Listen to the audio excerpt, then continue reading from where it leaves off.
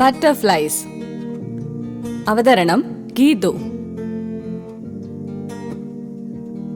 സാങ്കേതിക സഹായം ശരത് ആലാബ്സ്. നമസ്കാരം, എല്ലാ കുഞ്ഞു കൂട്ടുകാർക്കും ബട്ടർഫ്ലൈസിലേക്ക് സ്വാഗതം. ഇന്നത്തെ നമ്മുടെ കഥയുടെ പേര് രണ്ട് സുഹൃത്തുക്കൾ. ഒരിടത്തൊരിടത്ത് രണ്ട് സുഹൃത്തുക്കളുണ്ടായിരുന്നു, രാമുവും രാജുവും. ഒരേ ഗ്രാമത്തിലായിരുന്നു അവരിരുവരും താമസിച്ചിരുന്നത്. രണ്ടുപേരും സമയം കിട്ടുമ്പോഴെല്ലാം ഒത്തുകൂടുമായിരുന്നു. അവരങ്ങനെ ഒരുമിച്ച് കളിച്ചുല്ലസിച്ച് നടന്നു. അവരുടെ ഗ്രാമത്തിനോട് ചേർന്ന് ഒരു കാടുണ്ടായിരുന്നു. വന്യമൃഗങ്ങളെല്ലാമുള്ള ഒരു വലിയ കാടായിരുന്നു അത്. ഒരു ദിവസം രാജു രാമുവിനോട് ചോദിച്ചു, നമുക്ക് കാട്ടിലൊന്ന് പോയാലോ? അവിടെ നിറയെ പലതരത്തിലുള്ള പഴങ്ങളുണ്ട്. പഴങ്ങളും ശേഖരിച്ച് വൈകുന്നേരത്തിന് മുൻപ് മടങ്ങാം. ഇത് കേട്ട രാമുവിനും സന്തോഷമായി. അവൻ പറഞ്ഞു, തീർച്ചയായും നമുക്ക് പോകാം. എനിക്കും കാട്ടിൽ പോകുന്നത് ഭയങ്കര ഇഷ്ടമാണ്. കൂടാതെ നമുക്ക് പഴങ്ങളൊക്കെ കഴിക്കാമല്ലോ. അങ്ങനെ അവരിരുവരും കൂടി കാട്ടിലേക്ക് പുറപ്പെട്ടു. യാത്രക്കിടയിൽ രാജു രാമുവിനോട് പറഞ്ഞു, നമ്മൾ കാട്ടിലേക്കാണ് പോകുന്നത്. വളരെയധികം സൂക്ഷിക്കണം. വന്യമൃഗങ്ങളൊക്കെ ധാരാളമുണ്ട് എന്ന് പറഞ്ഞു കേട്ടിട്ടുണ്ട്. ഇത് കേട്ട് രാമു പറഞ്ഞു, നീ പറഞ്ഞത് ശരിയാ, നമുക്ക് ശ്രദ്ധിച്ച് മുന്നോട്ട് പോകാം. അങ്ങനെ അവർ കാട്ടിലെത്തി. അവിടെ മരങ്ങളിൽ നിറയെ പലതരത്തിലുള്ള പഴങ്ങൾ നിൽക്കുന്നു. ഇത് കണ്ട രാജുവും രാമുവും അത്ഭുതപ്പെട്ടു. അവർ പഴങ്ങൾ ശേഖരിക്കാനായി തുടങ്ങി. അവരുടെ മുഴുവൻ ശ്രദ്ധയും പഴങ്ങൾ ശേഖരിക്കുന്നതിൽ മാത്രമായിരുന്നു. അപ്പോൾ പുറകിലൊരു ശബ്ദം.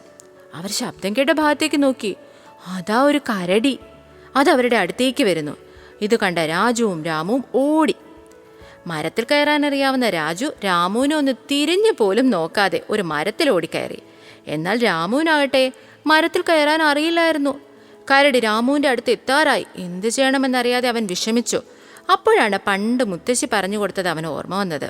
കരടി ഒരിക്കലും ജീവനില്ലാത്തവയെ ഭക്ഷിക്കുകയില്ല. അവൻ മറ്റൊന്നും ചിന്തിക്കാതെ നിലത്ത് കിടന്നു. കരടി അടുത്തെത്തിയപ്പോൾ അവൻ കണ്ണുകളും അടച്ച് ശ്വാസം അടക്കി പിടിച്ച് ജീവനില്ലാത്ത പോലെ അനങ്ങാതെ കിടന്നു. കരടി അവൻ്റെ കൈയും കാലും ചെവിയും ഒക്കെ മണപ്പിച്ചു. ജീവനില്ല എന്ന് ഉറപ്പിച്ച ശേഷം കരടി അവിടെ നിന്നും ഓടിപ്പോയി. രാജു മരത്തിൻ്റെ മുകളിൽ നിന്ന് ഇതെല്ലാം കാണുന്നുണ്ടായിരുന്നു. കരടി പോയി കഴിഞ്ഞു എന്നുറപ്പായപ്പോൾ രാജു മരത്തിൽ നിന്നും പതിയെ താഴെ ഇറങ്ങി. രാമുവിൻ്റെ അരികിലെത്തി അവനെ തട്ടി വിളിച്ചു. രാമു കണ്ണുകൾ തുറന്ന് ചുറ്റും നോക്കി. കരടി പോയി കഴിഞ്ഞു എന്ന് മനസ്സിലാക്കി അവൻ നിലത്തു നിന്നും ചാടി എഴുന്നേറ്റു. ആശ്ചര്യം വിട്ടുമാറാത്ത രാജു രാമുവിനോട് ചോദിച്ചു, കരടി നിന്റെ ചെവിയിൽ എന്തോ പറയുന്നത് കണ്ടല്ലോ, എന്താ കരടി പറഞ്ഞത്? ഇത് കേട്ട രാമു ചിരിച്ചുകൊണ്ട് പറഞ്ഞു, അതോ, ആപത്തിൽ സഹായിക്കാതെ സ്വന്തം കാര്യം മാത്രം നോക്കിപ്പോകുന്ന സുഹൃത്തിനെ ഒരിക്കലും വിശ്വസിക്കരുത് എന്നാണ് കരടി എന്നോട് പറഞ്ഞത്. രാമുവിൻ്റെ മറുപടി കേട്ട രാജു ഇളിഭ്യനായി ഒന്നും പറയാനാകാതെ തലകുനിച്ച് നിന്നു. അപ്പോൾ ഇതിൽ നിന്നും എന്ത് ഗുണപാഠമാണ് കിട്ടുന്നത്?